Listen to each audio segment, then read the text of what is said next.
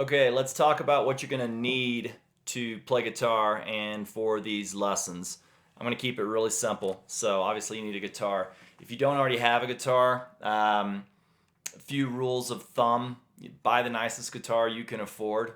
Um, just because if you love the guitar, it's easy to play and you respect it, you're more likely to pick it up and play it. If you have a cheap guitar that doesn't stay in tune and it's hard to play, you just won't play it as much. That being said, there have been a lot of great guitarists that started with all they had, which might have been a cheap guitar that didn't stay in tune and was hard to play.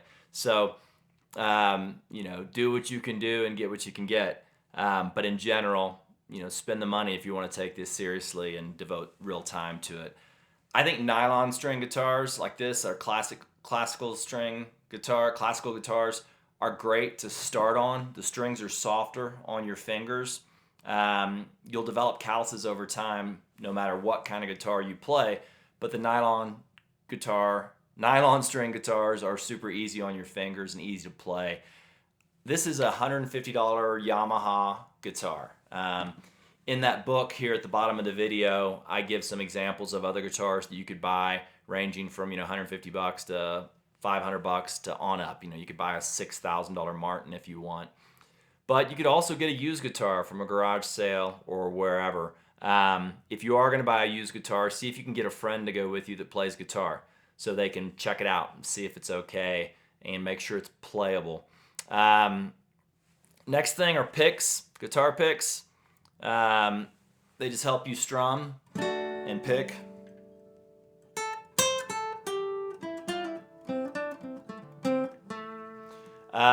They're not, you don't have to have them, you can just use your finger. So you might want to get a guitar pick, just so you can play around with both. Not using a guitar pick gives you a good feel, so you don't have to have them. In general, I think the thinner picks are good for starting because they're just forgiving. It doesn't sound as jarring. With a stiff, thick pick or medium or heavy picks, it can sound, when you're just starting, like a little too jarring. You have to hold it really soft for it to sound pretty. The thinner picks are a little more forgiving. But once you start getting into playing solo and everything else, I like a thick pick. So it's more of a matter of taste, but they're cheap. You can get them at any guitar store. And then as far as stringing your guitar, when strings break or the first time you get it, there's 1,000 videos online to teach you how to do it. Or, go take it to a guitar shop and get them to show you how to do it. It's nice to know how to do it on your own because that way you can change regularly and they sound better. New strings sound better. Nylon string guitars like this, another benefit, you can keep old strings on forever and they still sound pretty good. Steel strings, in about a week, you'll want to change them to get that new string sound and feel. The other thing is a metronome. Again, as I talked about in the intro, rhythm is the most important thing. So you gotta have a metronome. You can buy like an old school one, any kind works. I like this metronome app right here. And I'll get in how to use it. It's free. There's probably 1,000 metronome apps, but I think it was the first one that came up on the App Store. But that way you can, set a beat and practice your rhythm with that beat.